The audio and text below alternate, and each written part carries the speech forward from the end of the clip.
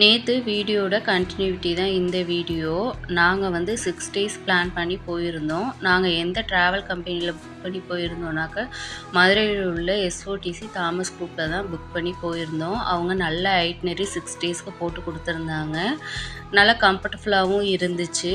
நான் போய் பார்த்தது எக்ஸ்ப்ளோர் பண்ணது தான் உங்கள் கூட ஷேர் பண்ணுறேன். உங்களுக்கு பிடிச்சிருந்துச்சுன்னா லைக் பண்ணி சப்ஸ்கிரைப் பண்ணிக்கோங்க. இந்த வீக் ஃபுல்லாகவுமே ட்ராவல் விளாக் தான் வரும்.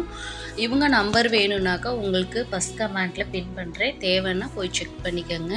அப்புறம் நாங்கள் போய் ஃபஸ்ட்டு டே தங்கியிருந்த ஹோட்டல் பேர் வந்து பாலிராணி. இங்கே தான் 3 டேஸும் தங்கியிருந்தோம். 3 டேஸும் ஒரே மெனு தான்.